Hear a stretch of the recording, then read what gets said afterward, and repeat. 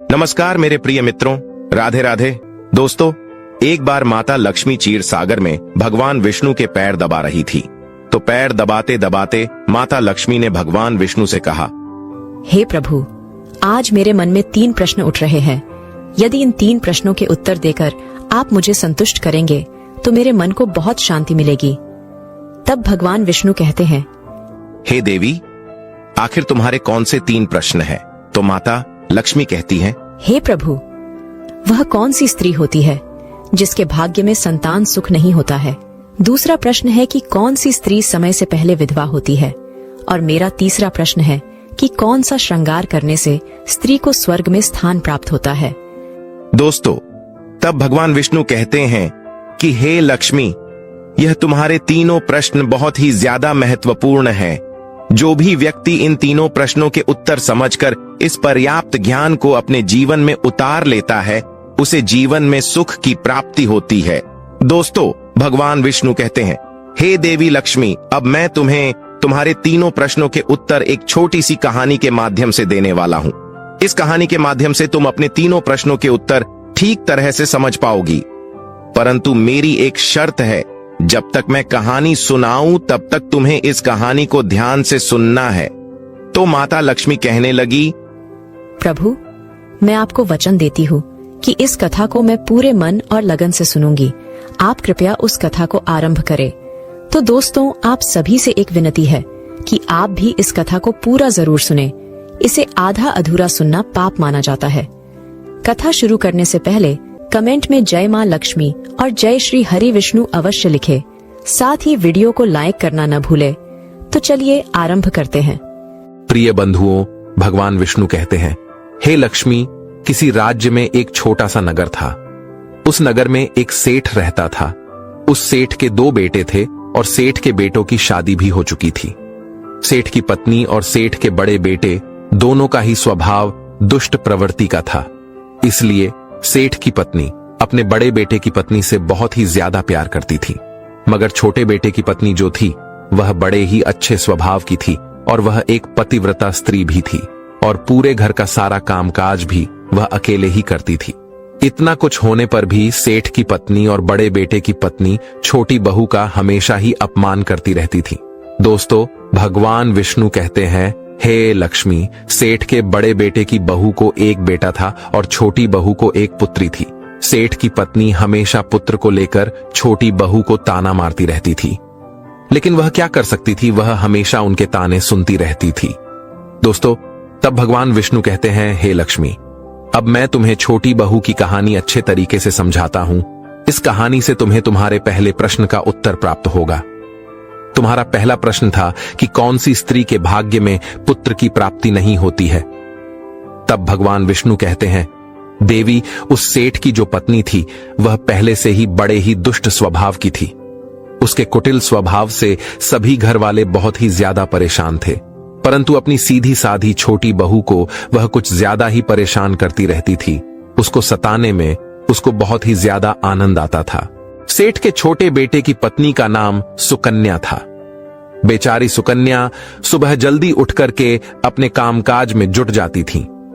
इतना करने पर भी सेठ की पत्नी की निगाहों में सुकन्या हमेशा खटकती रहती थी। एक दिन की बात है, सुकन्या घर में झाड़ू लगा रही थी तो सेठ की पत्नी बोली, कि तेरे हाथ में जान नहीं है क्या? तू जल्दी जल्दी झाड़ू लगा। मैं मंदिर जा रही हूँ। मेरे लौट कर आने से पहले तू भोजन बनाकर तैयार रखना और आते ही मैं उस भोजन को ग्रहण करूंगी। और सुन, अन्न का एक दाना भी बर्बाद ना हो पाए। बेचारी सुकन्या करती भी तो क्या, वह अपनी सास की बातों को सुनती रही। तब घर की सफाई करने के बाद सुकन्या खाना बनाने में लग गई। खाना बनाते समय वह मन में सोच रही थी कि मैं इतना काम करने के बाद भी एक पल के लिए चैन की सांस नहीं ले पाती हूं और मेरी सास हर समय मेरे काम में कोई न कोई गलती निकालती रहती है। सुकन्या यह सब सोच ही रही थी। जितने में दरवाजा खटखटाने की आवाज आई तो सुकन्या ने सोचा कि अभी तो भोजन तैयार ही हुआ है, लगता है मेरी सासू मां आज जल्दी ही लौट आई है। जब सुकन्या ने दरवाजा खोला तो उसने क्या देखा कि बाहर दरवाजे पर एक सन्यासी महात्मा खड़े हैं।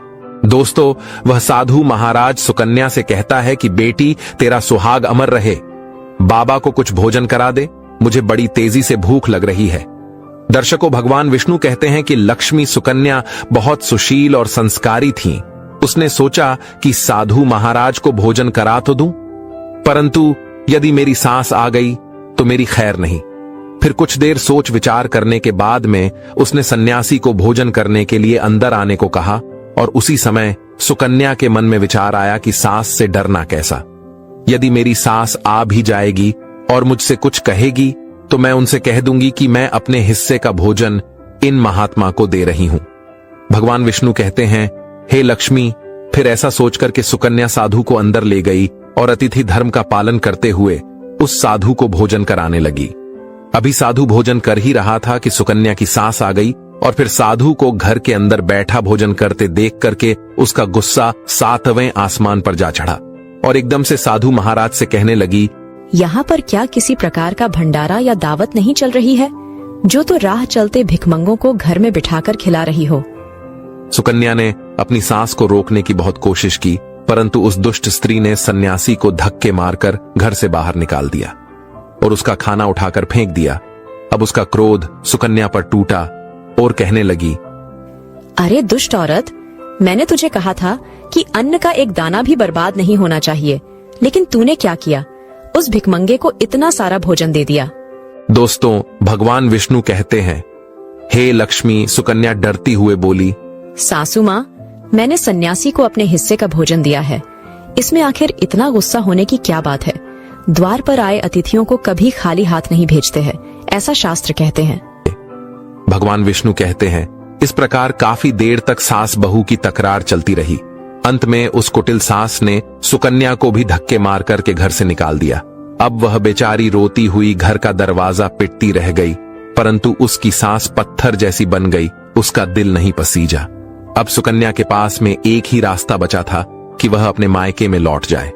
दर्शकों, भगवान विष्णु कहते हैं, हे लक्ष्मी। इस प्रकार सुकन्या दुखी होकर के अपने मायके के लिए निकल गई और बीच रास्ते में एक घना जंगल भी पड़ता था। सुकन्या भूख प्यास से तड़पती हुई अपने मायके के लिए चली जा रही थी। तभी अचानक जोरों से बादल गरजे और मूसलाधार बारिश शुरू हो गई। भगवान विष्णु कहते हैं, बारिश से बचने के लिए सुकन्या ने एक पेड़ की शरण ली, लेकिन वर्षा का वेग इतना तेज था कि बचना मुश्किल हो गया था। अब उसी पेड़ की जड़ में एक कोठर बना था। सुकन्या यह सोचकर उसमें घुस गई कि बारिश रुकने के बाद में वह बाहर निकल आएगी और जब तक वर्षा हो रही है वह कोठर के अंदर बारिश से अपनी सुरक्षा कर सकती है। दर्शकों, भगवान विष्णु कहते हैं, हे लक्ष्मी। जब सुकन्या उस पेड़ के कोठर में घुसी तो उस कोठर के अंदर उसे एक साधु मिले। फिर संत ने कहा, बेटी रोना बंद करो। मुझे मालूम है कि तुम्हारे घर वाले तुम्हारा अनादर इसलिए करते हैं कि वह दुष्ट प्रवृत्ति के हैं और तुम्हें ताना इसलिए मारते हैं कि तुम्हारी जेठानी को पुत्र की प्राप्ति हो गई है और तुम्हें अभी तक पुत्र की प्राप्ति नहीं हुई है। इसलिए तुम चिंता मत करो। मैं तुम्हें एक पर्ची देता हूं। इस पर्ची में जो उपाय लिखा है उसे पूरी निष्ठा से करना और फिर तुम्हें एक गुणवान पुत्र प्राप्ति होगी। दर्शकों, इस प्रकार वह संत महात्मा पर्ची देकर वहां से अंतर्ध्यान हो गए। उधर जब वर्षा बंद हो गई तो सुकन्या को ढूंढता हुआ उसका पति वहां पर पहुंच गया और फिर सुकन्या मायके न जाकर उसी जंगल में एक कुटिया बनाकर रहने लगी। भगवान विष्णु कहते हैं, हे लक्ष्मी। एक दिन की बात है, सुकन्या को पुत्र का ख्याल आया और सोचने लगी कि यदि मेरे पास में भी एक पुत्र होता तो ससुराल में मेरी भी इज्जत होती। वह ऐसा सोच ही रही थी कि उसे संत की दी हुई वह पर्ची याद आ गई और जब सुकन्या ने पुत्र प्राप्ति के लिए उस पर्ची को पढ़ा तो उसमें लिखा था कि बेटी पुत्र प्राप्ति के लिए हमेशा स्त्री को रात्रि के समय पुरुष के बाईं तरफ सोना चाहिए। ऐसा करने से कुछ समय के बाद में बाईं करवट लेटने से नाक का दायां स्वर और दाहिनी करवट लेटने से नाक का बायां स्वर चालू हो जाता है और फिर जब भी पुत्र प्राप्ति की इच्छा हो तो उस स्थिति में मिलन से पहले यह निश्चित कर लेना चाहिए कि पुरुष का दायां स्वर चलने लगे और स्त्री का बायां स्वर चलने लगे। उसी समय गर्भ धारण किया जाना चाहिए। ऐसा करने से निश्चित ही पुत्र की प्राप्ति होती है और इसके विपरीत नाक के स्वर चलने से पुत्री की प्राप्ति होती है। दर्शकों, पर्ची में आगे लिखा था कि मासिक धर्म शुरू होने के प्रथम 4 दिवस में मिलन से पुरुष रोग को प्राप्त होता है 5वीं रात्रि में मिलन से कन्या की प्राप्ति होती है, 6ठी रात्रि में मिलन से पुत्र होता है, 7वीं रात्रि में मिलन से बंध्या पुत्री होती है, 8वीं रात्रि में मिलन से ऐश्वर्यशाली पुत्र होता है, 9वीं रात्रि में मिलन से ऐश्वर्यशाली पुत्री होती है, 10वीं रात्रि में मिलन से अतिश्रेष्ठ पुत्र होता है, 11वीं रात्रि में मिलन से सुंदर व अच्छे संस्कार वाली पुत्री होती है। दर्शकों, भगवान विष्णु कहते हैं, हे लक्ष्मी, इस प्रकार उस सुकन्या ने 10वीं रात अपने पति से मिलन किया और गर्भ धारण किया। अब सुबह स्नान आदि क्रिया से निवृत्त होकर के पूजा पाठ करके सुकन्या का पति लकड़ी काटने चला गया। उसके पति के जाने के बाद तूफान आ गया। अब सुकन्या की झोपड़ी तूफान में उड़ गई और भारी बारिश होने लगी। और फिर सुकन्या बारिश से बचने के लिए एक पेड़ पर एक पता लिखती हैं। ये पता उसी कोटर का था जिस कोटर में सुकन्या बारिश से बचने के लिए पहले छुप गई थी। और सुकन्या ने पेड़ के ऊपर पता इसलिए लिखा था कि जब उसका पति वापस आए तो पेड़ पर लिखा हुआ पता पढ़ करके उसी कोटर के पास आ जाए। दर्शकों, भगवान विष्णु कहते हैं, हे लक्ष्मी, उधर सुकन्या उस कोटर में आकर छुप जाती हैं, जो कोटर एक पेड़ की जड़ में बना हुआ था। उस पेड़ के पास में 2 राक्षसी का निवास स्थान था। इधर तो वह सुकन्या वर्षा से बचने के लिए उस कोटर में छुपी हुई थी और उधर वह दोनों राक्षसी बारिश से परेशान होकर के उस पेड़ की तरफ चली आ रही थी। फिर तो पेड़ के नीचे आकर के एक राक्षसी कहने लगी, अब तो चला भी नहीं जाता, वरना मन तो कर रहा था कि सोना टापू पर चली जाऊं। तभी दूसरी राक्षसी बोली, इसमें क्या बड़ी बात है, ये पेड़ हमें अभी उड़ा करके वहीं पहुंचा देगा जहां पर सोने का टापू है। दर्शकों, ऐसा कहकर कि वह दोनों राक्षसी पेड़ की शाख पर बैठ गई और पेड़ एकदम से उड़ने लगा। उधर थकी हारी सुकन्या कोटर में छुपी हुई थी। कोटर में घुसते ही सुकन्या को नींद आ गई थी, लेकिन पेड़ के उड़ने से लगने वाले झटकों से सुकन्या की नींद खुल गई और पेड़ को उड़ता देखकर कि वह एकदम से घबरा गई। दर्शकों, जब सुकन्या ने कोटर से बाहर देखा तो पेड़ की डाल पर 2 राक्षसी बैठी थीं। अंततः सुकन्या ने परिस्थिति के साथ समझौता किया और सोचा कि जो होगा अच्छा ही होगा। फिर कुछ देर की उड़ान के बाद में वह पेड़ एक सोना टापू पर पहुंचकर के उतर गया। उधर दोनों राक्षसी को भूख लग रही थी, इसलिए वह दोनों शिकार की तलाश में निकल गई। भगवान विष्णु कहते हैं, हे लक्ष्मी, उन दोनों राक्षसी के जाने के बाद में सुकन्या कोटर से बाहर निकली और उसने चैन की सांस ली। अब जैसे ही सुकन्या ने सोना टापू पर फैली रेत को देखा तो एकदम से अचंभित में पड़ गई कि यह रेत तो चमचमा रही है। और जैसे ही सुकन्या ने रेत को हाथों में उठाया तो एकदम से चिल्लाने लगी, अरे यह तो सोने की रेत है। और फिर सुकन्या ने अपनी साड़ी की आंचल में वह जितनी रेत बांध सकती थी उसने बांध ली और पुनः आकर के उसी कोटर में छिप गई। दर्शकों, भगवान विष्णु कहते हैं, इधर तो सुकन्या का उस कोटर में वापस जाना हुआ, उधर दोनों राक्षसी पेड़ पर वापस आ गई और वह आपस में कहने लगी, आज तो भरपेट खाना खा करके पूरी तृप्ति हो गई, अब चलो वापस लौट चलते हैं हम जहां से आए थे। और फिर इस प्रकार थोड़ी देर में वह पेड़ उड़ करके उसी स्थान पर पहुंच गया जहां से वह पेड़ उड़ करके गया था। भगवान विष्णु कहते हैं, लक्ष्मी, वह सुकन्या तब तक उसी कोटर में छुपी रही जब तक किसी कार्यवश वह राक्षसी उस पेड़ से चली नहीं गई। और जैसे ही वह दोनों उस पेड़ से चली गई, वैसे ही सुकन्या सोने की रेत लेकर के उस कोटर से बाहर आ गई और मन में सोचने लगी कि इतना सारा सोना देख करके मेरी सासू माँ खुश हो जाएगी और अब मैं अपने ससुराल वापस जाऊंगी और अपनी सासू माँ को इतना सारा सोना दूंगी, फिर वह मुझसे कभी भी नफरत नहीं करेगी और मुझसे प्यार करने लगेगी। भगवान विष्णु कहते हैं, हे लक्ष्मी, इधर तो सुकन्या ऐसा सोच रही थी, तब तक सुकन्या का पति सुकन्या को ढूंढता हुआ उसी कोटर की तरफ आ जाता है और सुकन्या अपने पति को सारी बात बताती है और अपने पति के साथ वापस अपने ससुराल पहुंच करके अपनी सासू माँ से कहती है, देखो सासू माँ, मैं आपके लिए क्या लाई हूं। और ऐसा कहकर के वह सारा सोना अपनी सास को देती है और उसे सोना कैसे प्राप्त हुआ वह सारी घटना भी अपनी सास को बता देती है। भगवान विष्णु कहते हैं, सोना लेने के बाद में सुकन्या की सास एकदम से क्रोधित होकर के बोली, अरे मूर्ख औरत, तू बस इतना ही सोना लेकर आ गई, इतने सोने से क्या होगा, मैं होती तो बहुत सारा सोना लेकर आ जाती। फिर अपनी सास की बात सुन करके वह सुकन्या कहने लगी, माँ जी, हमारी 3-4 पीढ़ियों के लिए इतना सोना काफी है। तो सास कहने लगी, अरे मूर्ख, सोना भी काफी होता है क्या? जितना हो उतना ही कम है। अब देख, मैं जाऊंगी और कितना सोना लेकर आती हूं। भगवान विष्णु कहते हैं, हे लक्ष्मी, सुकन्या ने अपनी सास को बहुत समझाया, परंतु उस लालची दुष्ट स्त्री के समझ में एक भी बात नहीं आई। उसने सुकन्या की एक भी बात नहीं सुनी और जाकर के उसी पेड़ के कोटर में बैठ गई। उधर वह दोनों राक्षसी जैसे ही पेड़ पर आई तो एकदम से वह पेड़ उड़ने लगा। इधर तो पेड़ उड़ता हुआ जा रहा था, उधर वह सुकन्या की सास मन ही मन में बहुत खुश हो रही थी कि आज मैं बहुत सारा सोना एक साथ फटोर के लाऊंगी। भगवान विष्णु कहते हैं, इधर तो सुकन्या की सास अपने मन में खुशियां मना रही थी। उसी समय एक राक्षसी कहने लगी, चलो आज स्वर्ण द्वीप पर न चलकर के मत्स्य द्वीप पर चलते हैं। आज मछलियां खाने का बहुत मन कर रहा है। और फिर जैसे ही राक्षसियों ने मछली खाने का मन बनाया, वैसे ही वह पेड़ मत्स्य द्वीप की तरफ उड़ चला। भगवान विष्णु कहते हैं, हे लक्ष्मी, इस प्रकार राक्षसियों की बात सुनकर के कोटर में बैठी वह लालची स्त्री स्वयं पर संयम नहीं रख सकी और एकदम से बोल पड़ी, अरे तुम सोना टापू क्यों नहीं जा रही हो?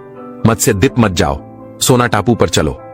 अब जैसे ही उस लालची स्त्री इतनी आवाज दी तो राक्षसियों ने समझ लिया कि इस पेड़ की कोटर में कोई जरूर छिपा बैठा है और उन्होंने एकदम से जैसे ही कोटर में प्रवेश किया और फिर जैसे ही उन दोनों राक्षसियों ने उस लालची स्त्री को देखा तो एकदम से उसे उठा करके पेड़ से नीचे फेंक दिया और धरती पर गिरते ही उस लालची स्त्री की मौत हो गई। अब जैसे ही सूचना उसके घर वालों को मिलती है तो उस स्त्री का पति यानी सुकन्या का ससुर सुकन्या के पास जाता है और उससे कहते हैं, बेटी, मैं तो उसे पहले से ही समझाता था कि तू ऐसा काम मत कर। कभी भी किसी को लालच नहीं करना चाहिए और बहुएं बेटी की तरह होती हैं, उनको प्यार देना चाहिए। मगर उसने मेरी एक भी बात नहीं मानी और उसे उसके कर्मों का फल आज मिल गया।